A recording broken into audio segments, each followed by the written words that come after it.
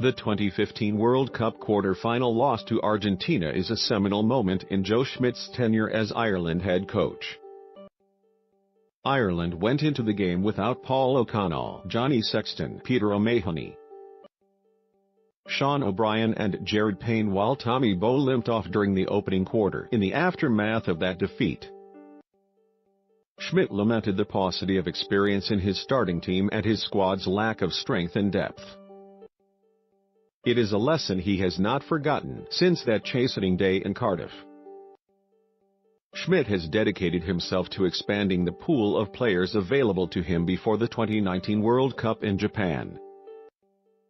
"You have always got to be trying to spread the net and then invest in those guys so that they get as comfortable as they can in the test arena," said Schmidt. The average age of the Ireland squad at the 2015 World Cup was 28.2 years, and that was reduced to 27 for last year's Six Nations and for this year's championship. The average is down to 26.5 years. The shift in age profile has ushered in a new generation of Irish stars who could light up this year's Six Nations. He's a really well-grounded guy. His work ethic is incredible.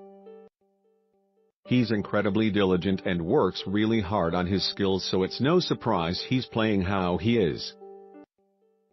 The youngest of Ireland's next generation, Larmour has exploded onto the rugby stage with a series of exhilarating performances and astonishing tries this season.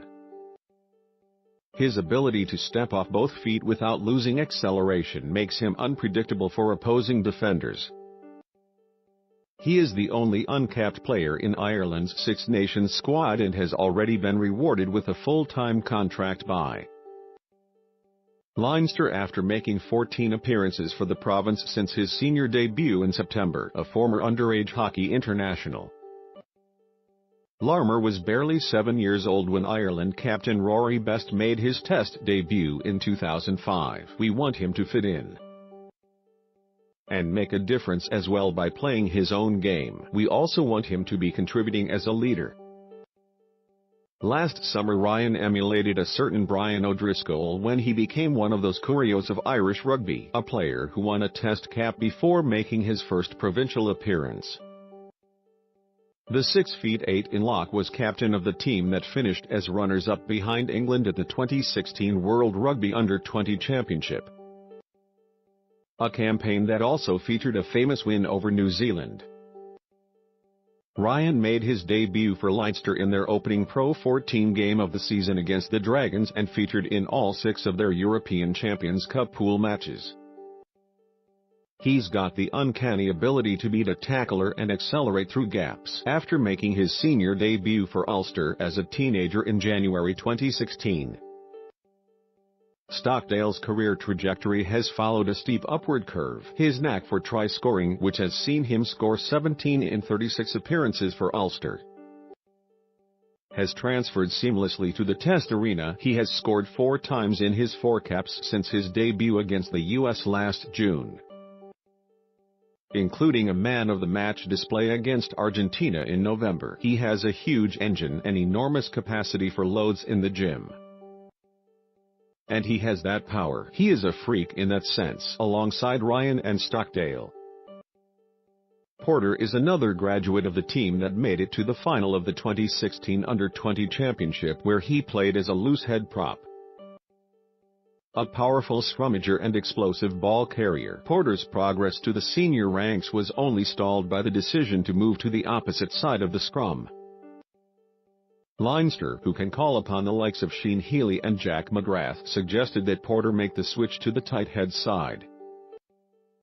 Having learned his new trade under the guidance of Tadgh Furlong, Porter has already won 3 caps since making his debut against the USA last summer. He has the confidence and the courage to try things. That is a great asset for a player, particularly at 10.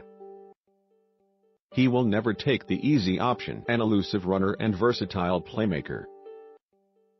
Carbery was plucked from relative obscurity when he impressed former New Zealand coach Graham Henry during pre-season training with Leinster in 2016.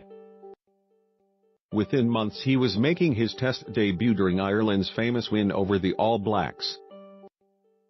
coming off the bench in Chicago to convert Robbie Henshaw's decisive try, seen as the long-term successor to Johnny Sexton in the number 10 jersey.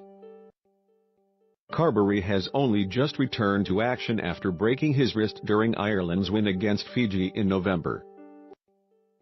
He has had limited game time at fly half this season as Leinster have preferred to use him at full-back.